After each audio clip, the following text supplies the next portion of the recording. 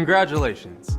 Your company may have granted you stock options, but if you are wondering what a stock option actually is, you're definitely not alone. A stock option is the right, but not the obligation to purchase company stock at a certain price in the future.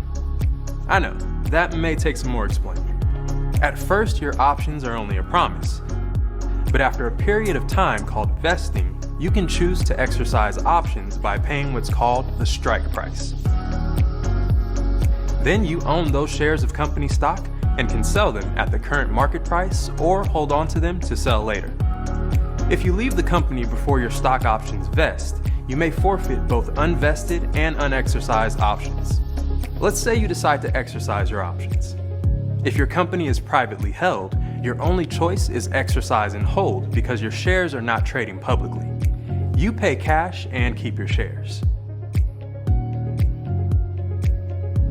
If your company is already public, you can also exercise and hold, but you have two additional options as well. Exercise and sell means selling your shares and receiving proceeds in cash, less the option exercise costs, taxes, commissions, and fees. In this scenario, you end up with cash. Sell to cover is selling enough shares to cover the option exercise costs, commissions, fees, and taxes, then receiving the remaining shares, so you end up with shares. And don't forget, if you exercise your options, you may owe taxes, so be sure to speak with a tax advisor. Regardless of how and when you exercise your options, make sure your decisions fit your broader financial strategy.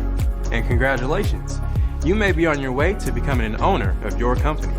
Thanks for watching.